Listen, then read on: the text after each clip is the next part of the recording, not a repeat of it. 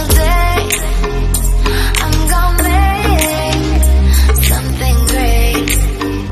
That's my way. Every single day I'm gonna make. Hi guys, just sending the last message here. How are you? It's Thursday and I am here. Oh, there's a way of sharing to a group. I didn't even know we could do that.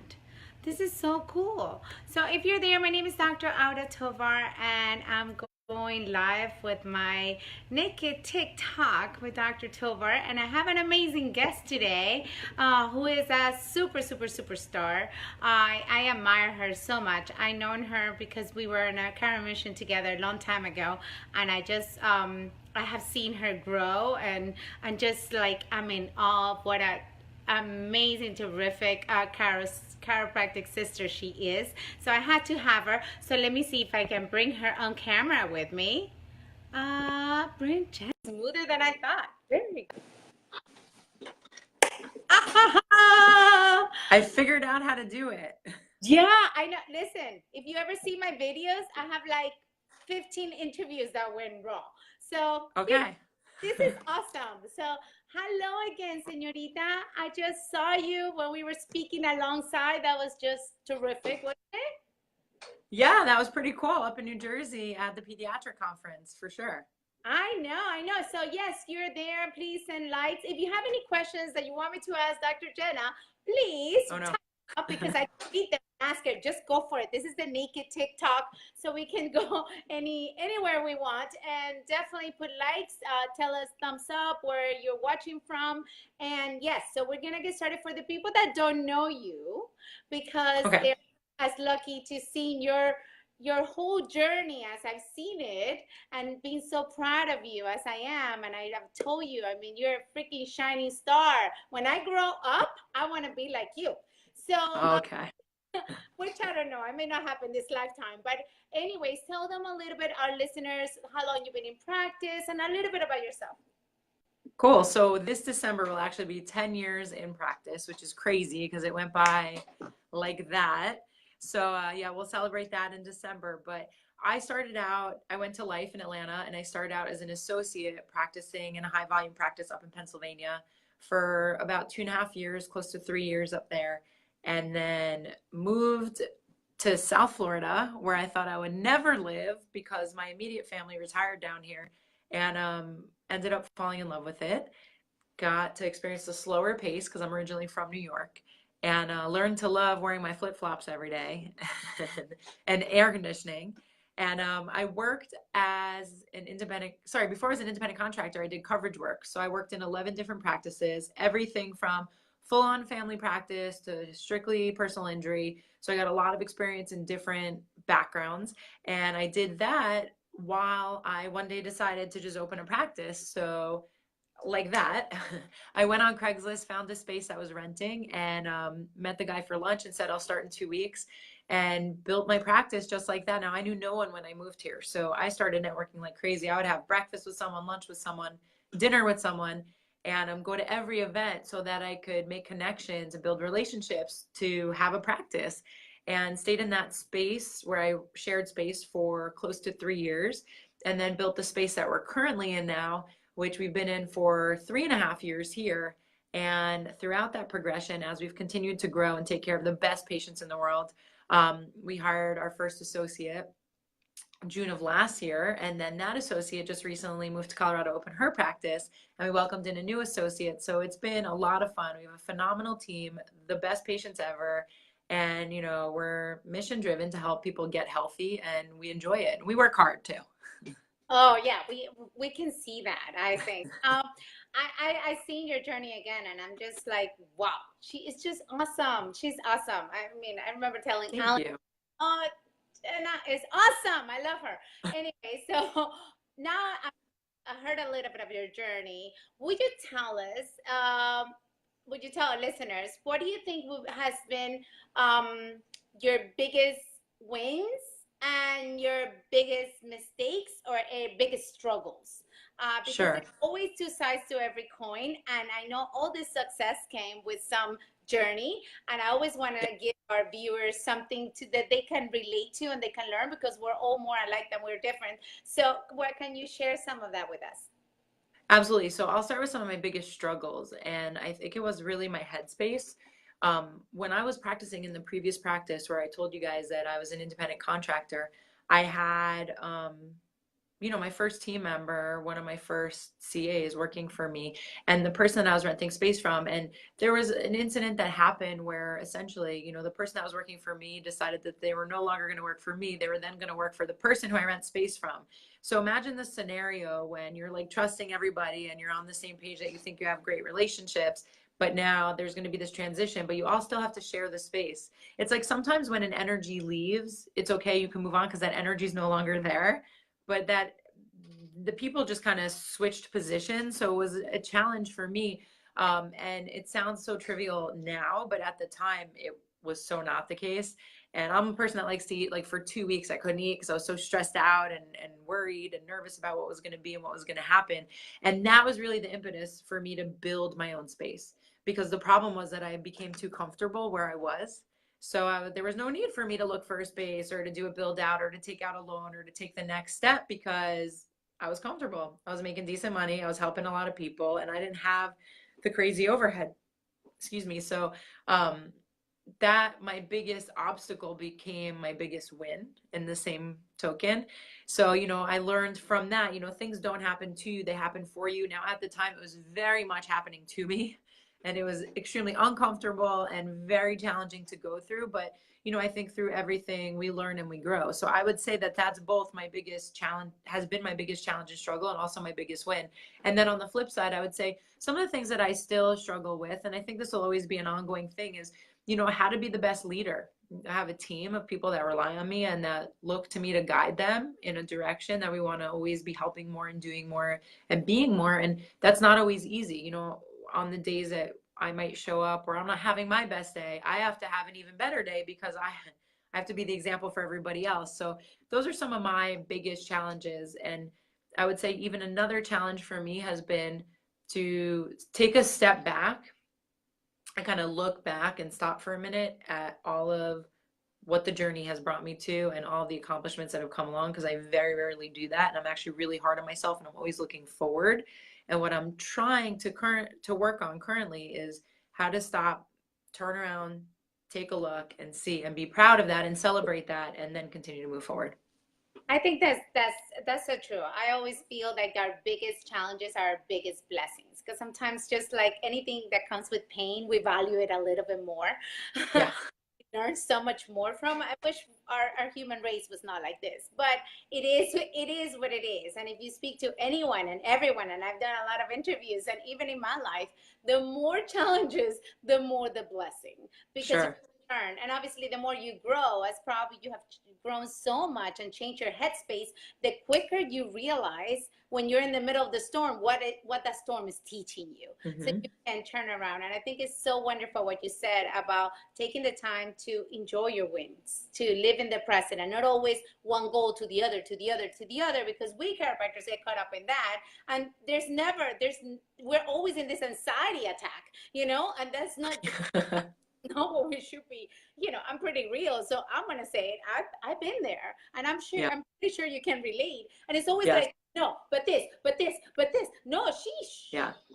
Take it all in, enjoy the moment, and it's so wonderful that at your age and young in practice, you have learned that already. Because I know it took me way longer to just pace myself and just enjoy life for what it is and live in the present a little bit more, so we can do self-care and care others a little better, because you cannot Yeah. give what you don't have. Okay, so I'm going to ask you, what do you think is the one thing that you wish somebody would have taught you when you came out of school, or when you were new in practice? What is that? What do you think is missing in our schools when kids come out? Or what do you think is something that that you can relate, that you wish you would have known, that somebody would have taught you before you came out? Great question. For me, one of the top things is how to get rid of your debt. I came out of school owing a lot of money, and I just kept saying, well, I'll defer and I'll do income-based repayment and I'll keep putting it off. And the problem is that it builds interest that whole time. And then, fast forward years later to where you're in the flow of your career and you're at points where, you're starting to make a living. And it's kind of like, you can't build wealth until you don't have your debt. So that's one of the things for me that would have been, I wish I was maybe had taken out less loans during school, and then throughout that process just always be slowly adding and paying into that so that it doesn't continue to be this huge amount of money that seems overwhelming trying to pay that down. I'd say that's one of the top things. But a lot of what I learned through being an associate by actually being in practice. I think there's a lot of things that you can't learn in school. I think there's a lot of what we do that you have to learn on the job. It's called practice. Like, you have to practice your craft, how to speak to people, how do you respond. Like, you could train and train and train, and you could role play and you could script, but like someone's going to walk in that's going to take you off your script, and what do you do then? So, a lot of it's learning on the job, doing the work we do. I still learn things now. It's, and I'm sure I'm going to continue to still learn things as they come along, but you approach them with a different understanding of viewpoint and maturity as the longer that you do anything. And also, as you build more confidence in yourself. I think in the beginning we come out and we just want everyone to come to us and be our patient because we need to take care of everybody. And what I've learned is that I don't need to do that. I want to take care of the people that very much want what I have. And that's where I want to pull my energy from, and pull more people along that understand it and get it, because it's fun. I want to keep it fun. Yeah, I think I learning to say next was the best thing I ever learned in practice. Say next, because you want to keep in your circle. And yes, there's like, I don't know how many chiropractors are in Florida. I think I don't even know. I think it's there's like a lot. 700 just in South Miami where I'm at. So there's so many. And yes, we don't need to see everybody. We just need to help those that want to be helped. And yes, keep educating because it takes a lot of education. But saying next clears your mind and soul so you can stay in that zone, right? Because you want to drag down while in practice. Ew. Yeah, no thanks. Complain all day long. But thank you for that advice. I do feel we need more business savvy in our schools. We need to add that to the curriculum. So kids nowadays come out with indeed such high depths. It's just such a huge ladder to see that's why those numbers tend to diminish the passion and the true purpose of why we came into this beautiful profession for. Because you're looking at those numbers and you're like, oh my God, how am I going to do this? And then you get lost in that and you lose your purpose. You just go through the motions just to get by. And how many burnout chiropractors do we know, right? We know way too many. So I think you're an extremely passionate person. What would you say is your one habit that you do in order to stay plugged in to that passion and light and amazing work? I have the word, Ethic. Thank you, Jenna. Perfecto. Yes, the work ethic that you have. Could you tell us? Well, I would say I feel like that's a couple of different questions to answer. One is when you ask me about the work ethic, I think it's something I've been born with. I've had it my whole life since I'm 12 when I had my first job. Like I've always had multiple jobs. And I think it also comes from because when I grew up, I was never handed things. I never needed for things, but if I wanted to go to the movies, I had to come up with the money. Like I wasn't given an allowance. I was still expected to take the trash out and clean the bathroom, but like nobody was giving me money for it. So I learned at a young age that to do the things I want to do, you need money, and to get money, you have to work hard. And if you want to continue to build relationships and have a good understanding, then you show up and you do the job well. And that's just always been ingrained in me. I don't know how to not do that. Even if like I take downtime, it's still hard for me. And I don't encourage this, but I'm just speaking on my own behalf that it's hard for me to disconnect and to shut that off because I am so involved and I'm such a hard worker and I have that hustle in me. But one of the other questions that you asked, what was the first part of that question? Oh, how do you keep your passion? What is the one do to so for that, it's going to seminars. It's going to seminars and listening to other people, but that are more philosophically based. and listening to other people's miracle stories, because I think it's very easy to get caught up in the expectations of the miracles and the positive changes that we see, because we see them every day. And sometimes we forget, like you're in your little bubble and you forget like how big this whole thing is. And I love to listen to other speakers and people that are more excited than I am, because it gets me even more excited about it, and to learn new things, new techniques, new systems, and then bring that back in and make a change and help people for the better. I think it's so important. Like for me, when I and also you ask, how do I stay excited? Also doing things to prevent burnout, like taking vacations or time off is extremely important for me too, because when you work so hard, you know, you can only do that for so long without recharging. Yeah, I think I have a thing. It's like every 7 weeks, a weekend, at least. Yeah. It's important. It's part of my self care, which is the only thing that keeps me going no matter what happens. I think it's self care, so I can keep on going and going and going, Yeah. because we cannot give what we don't own, right? So I know that our time probably is up. I don't even know what it is, but I want you to tell our audience something that we might not know about you. What is that one thing that we might not know about you that you would like to share with others? About chiropractic? Anything.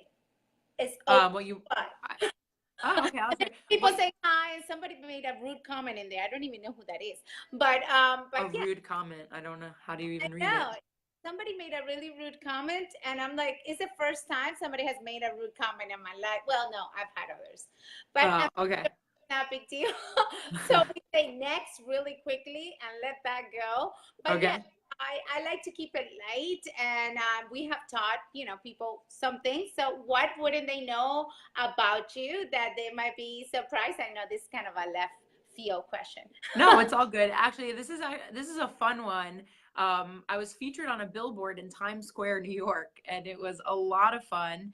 And I didn't have the comments turned on, and now I'm like, who is saying negative things? It's all I right. don't Everyone know. has their own opinion. I'm cool with it. You go. Okay. But yeah, I was featured on a billboard in Times Square. It was really fun. My banker nominated me for this thing called Ring the Morning Bell. So we use Chase Bank, and they did this campaign, how businesses ring their morning bell, how they start their day. And we actually have a bell in the office that we ring when, like, you know, like in a bar when someone gives a tip, they ring that sailor's bell. So same kind of thing. Anytime someone has a first adjustment or a birthday or gets married or divorced, whatever is good news for them at that point, we celebrate that. And so they came here and they filmed a little commercial about our business. And then they said, you know, there's a chance we might play it in Times Square. And I was like, if you guys play that in Times Square, I'm going. And they called me and they're like, hey, we're going to feature you in Times Square. And I was like, what's going on? It was like a full wraparound billboard that ran from 8 a.m. until midnight. And I stood on the corner with my family and my friends up in New York, screaming like lunatics and celebrating. And it was a lot of fun. And it was really cool for chiropractic because it said in giant letters, like everyone that came out of the subway, you know, how many people walk through Times Square, showing chiropractic in a positive light.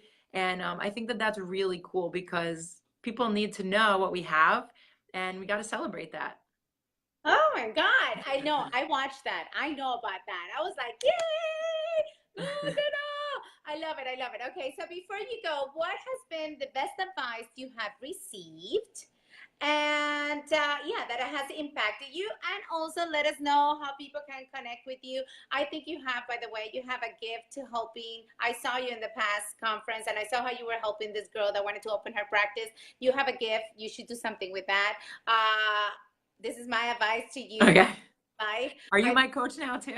Yeah, I think you should. No, I just saw it. I just saw that when I see, you know, you see those sparks in people, and it's just like, ooh, she should do something with this because she could so help so many people that are coming out in practice and are struggling, and you can guide them in the right direction. I just think you will be very, very talented for that. But, you know, Thank that's you. me talking. So go Thank ahead, you. back to your best advice. Best piece of advice I think I ever got was save 10% of everything you make. And I wish I had gotten this piece of advice much earlier. So I tell all my team, I tell this to anybody who wants to listen to it, because on $100, you don't feel 10 bucks. On 1,000, you don't feel 100. But the thing is, you put it away in a separate account, and then one day you may need that. So for instance, when I had to build this office, where was that money going to come from? You never know what you're going to need that for. And it's always a great idea to have that. And I'd say the second best piece of advice ever is get a coach. have a mentor, have a coach, somebody to guide you and work with you, because it's very easy to get stuck up here. And I've been blessed with phenomenal coaches. I see my coach is watching now. Alan Russo is my coach. And I also do a lot of trainings and systems with Brad Glowacki. I'm still involved with the people that are my previous mentors, like Sharon Gorman and other chiropractors, New Beginnings, all ICPA, like all of these things. Aura U, we met at a mission trip right before I graduated. And what's really cool about our profession and the people that are of the same mindset, that are philosophically based, that understand what chiropractic is really about, are very open and very willing to give and approach most things with an abundance mindset and attitude. And I like to hang with people that are like that. I know that I don't have all the answers, and I don't ever claim to have them. And I'm always seeking out people that can make me better, that can push me harder. I might fight them along the way, but I'm still listening to what they have to say. And I think it's really important to have mentors and coaches and somebody guiding you so that you can be your best version of yourself. I think that's very, very, very wise, and that's why we are stronger. Yeah. We uplift each other, collaborate with each other. We just really, really build each other up. I mean, I've been doing a lot of these interviews, and I think it's just the best way to build everyone up around me. Yeah. Because when somebody else rise, I rise with them. Yeah. And we can make a bigger impact and really affect that 1% that we're seeing in the population. And so, yes, if you do not have a coach, get a coach. I definitely recommend Alan. Alan is a terrific guy. And yes, have a mastermind. Have somebody that you can bounce ideas, because you're going to have sucky days in practice. Whomever told you there won't be any of those days, not okay. Whoever told you you're not going to work hard was wrong. That was wrong too. So, and you need that to not forget why and to keep rising together. So have your mastermind. Definitely, I know that Jana is there to help. If you have any questions, you can reach her through her Facebook or to her Instagram. You can always reach me, especially the polite comments, not the impolite comments, because I have no time for that, baby. So just so you know, let me put it out there. Yeah, I know. I still don't know what it says. I'm gonna go back and watch this and be horrified. Apparently, what the hell? Who is trying to be mean? Why? Why do you spend your energy doing that? It's not worth it. So, anyways, thank you so much for coming along. You inspire me constantly, and I am just so grateful to have been watching your journey and to know you. You light up the room when you walk in. It's just, you are terrific, and I bless you, and I congratulations and everything that's good happening in your life. Oh yeah, I'm getting married. Next year, baby. Well, thank you also. Thank you for, I met you a long time ago, and I've learned a lot by watching you, and I love the energy that you bring, and I want to thank you for inviting me to share this little chat with you. Thank you. Share it, definitely, and you can contact her for questions. Contact me as well. No more rude comments. Love you, everybody. Bye, guys. Last Thursday. Ciao.